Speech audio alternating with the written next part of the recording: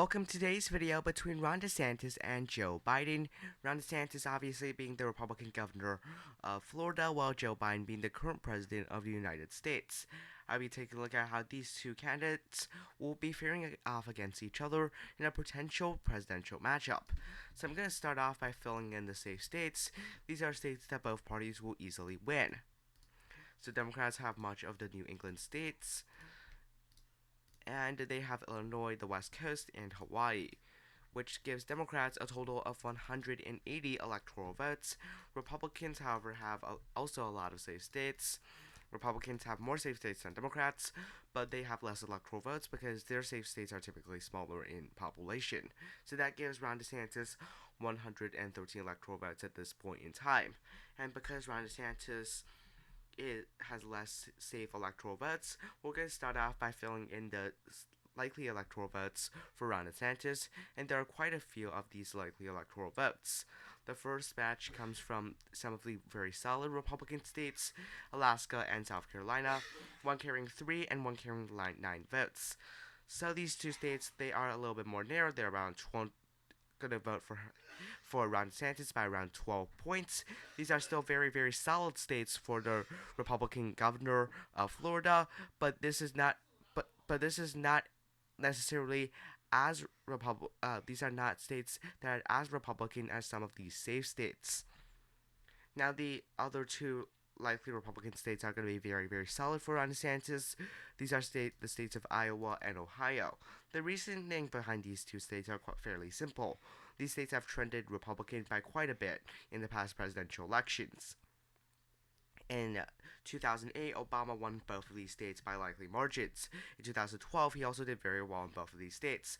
But fast forward to 2016, just 4 years later, Ron DeSantis, Donald Trump overperformed Mitt Romney's numbers in both of these states by more than double digits. He overperformed Mitt Romney by 11 and 13 points respectively in the two states. And really, these states in 2020, although these two states stayed relatively stagnant, in fact, Iowa did trend blue. At the end of the day, they actually had a Republican trend because the national environment trended 3 points to the left, while these two states were very stagnant. And in fact, in 2030, I expect these states to be safe for the Republican Party. And now here are two of the larger states that are in the United States right now, and really these are going to deliver a huge batch of electoral votes for Ron DeSantis. So the first state is the state of Texas. Now I don't think this is much of a surprise. This will be a state that's going to vote for Ron DeSantis by around 8 to 9 points. I think he's going to get the Trump 2016 numbers, which are better than what Trump did in 2020, but not the prior Trump era numbers. Now, I expect some of the suburban areas to remain stagnant, while I think he'll do even better in some of the rural areas and some of the Hispanic regions that have trended away from the Democratic Party. He might get a slight rebound in counties like Fort Worth, which have trended heavily towards the Democrats by sometimes upwards of 10 to 15 points in the last decade or two. Now, Florida. You see, Ron DeSantis won by 17 points against Charlie Crist in the Florida gubernatorial election in 2022. Now, I don't think he's going to win by that type of a margin, but I think he has a good shot at winning it by close to 10 points. Now, I think he's most certainly going to win it by a likely margin. I don't see it being a safe margin. The presidential election is far more divisive than the governor election. Nonetheless, I think being the Florida governor, he can perform very strongly in the state. Now, for the likely states for Joe Biden, we won't see as many. I think Maine's 1st District will be considered safe for Joe Biden. I think Maine's at-large vote likely for Biden as well. Now, Colorado and New Mexico, both of these states are considered likely for Joe Biden. I don't think that is much of a surprise here. Essentially speaking, these states are very much trending towards the Democrats, especially the state of Colorado. New Mexico, not as much there, but these states definitely going to be, I think, in a solid digit range for Joe Biden. Biden won Colorado by nearly 14 points and New Mexico by 11 back in 2020. Now, the state of Virginia, this is a state that also voted for Biden by double digits.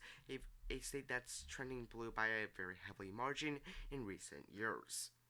And the state definitely will deliver its electoral votes to Joe Biden. Now we have on the screen right now 218 for Ron DeSantis, 211 for Joe Biden, and these are the final states that will decide the presidential election. As always, these are the swing states. Now I'm going to start off from states around the West Coast, Nevada and Arizona, all the way to the New England states. First off, Nevada, I think this will be a tilt state for Ron DeSantis. I think he can do very well with Hispanics, especially in a state like Nevada, especially because the state didn't even trend towards the Democratic Party, despite the national environment trending toward the Democrats by close to 3 points. Now, I think, as well as that, Trump did better in Clark County than what he did in 2016, and the state hasn't really trended blue in any recent elections, thus showing that Democrats could end up losing some support and and Republicans will be able to win the state. However, on Arizona, that is definitely the opposite here. Now, Ron DeSantis could have stronger appeal in a state like Arizona. Nonetheless, I think Joe Biden is narrowly favored.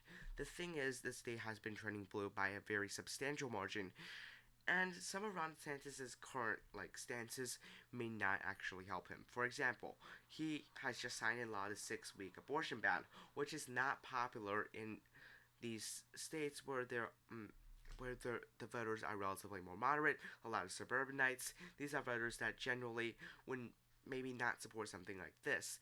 And in fact, abortion was the lone issue that carried Democrats to their victory in 2020 and 2022 and 2023 midterms and general special elections.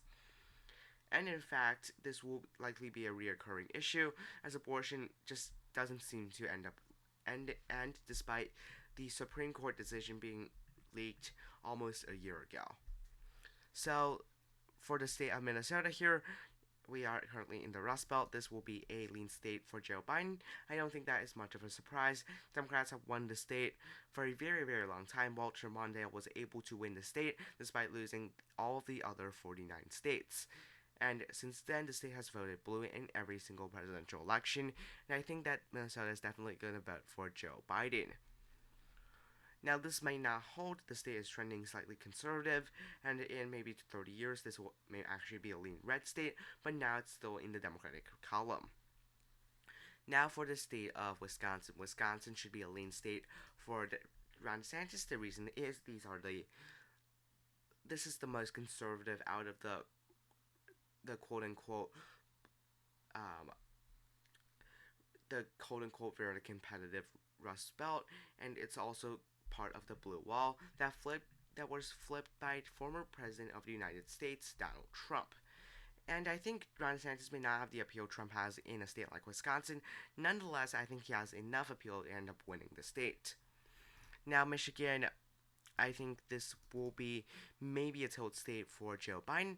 The reason is actually quite simple. It's that this state did vote for Biden by 3, and if we look at mathematically speaking, he definitely has the best shot of winning this state. Furthermore, areas like Kent County, which is where Grand Rapids is located, I think those type of regions are going to help Joe Biden end up winning the state. But I think Ron DeSantis definitely wins the state of North Carolina. There's not even much of a dispute. This is a state that, although maybe trending blue in the long run, maybe, not really sure. Really, the demographics in each of the cities differ pretty widely, and parts of the state are trending blue and parts of the state is trending red.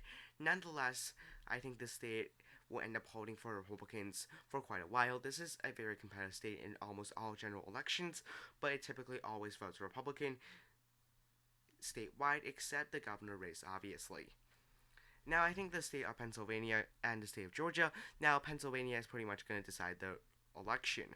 Ron DeSantis, I think, will definitely win Maine 2nd District, and now whoever wins Pennsylvania essentially has a huge edge in the election.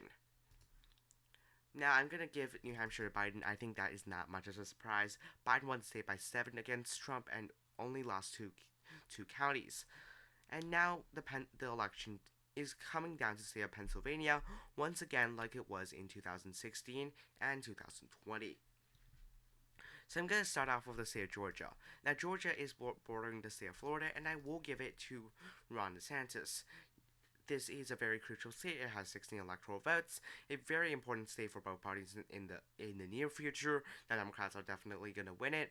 By elections such as 2040, Democrats will have the state by likely, if not a safe margin. Nonetheless, at this point in time, this is still a fairly close state by really the party identification and how these voters vote. I think Ron DeSantis is the right candidate to win the state, but definitely not Donald Trump. Now I think the second district of Nebraska, this district went for Biden by 7, and I know now the district is around 3 points over Republican according to 538's aggregate. Nonetheless, I think Democrats are still favored. Now for Pennsylvania, I would have given Trump the state I would have not given Trump the state of Pennsylvania, as I did in a previous video, but my mic broke. Nonetheless, I think Ron DeSantis is favored in Pennsylvania.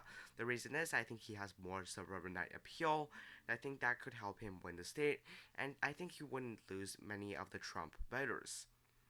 And I think overall this election would be lower turnout than 2020, but I think there would still be a lot of energy for both campaigns, and really it not only depends on who is more popular, who is more likable, but rather turnout. Turnout is key in will likely be key in 2024. Anyways, thank you for watching. Have a nice day. Goodbye.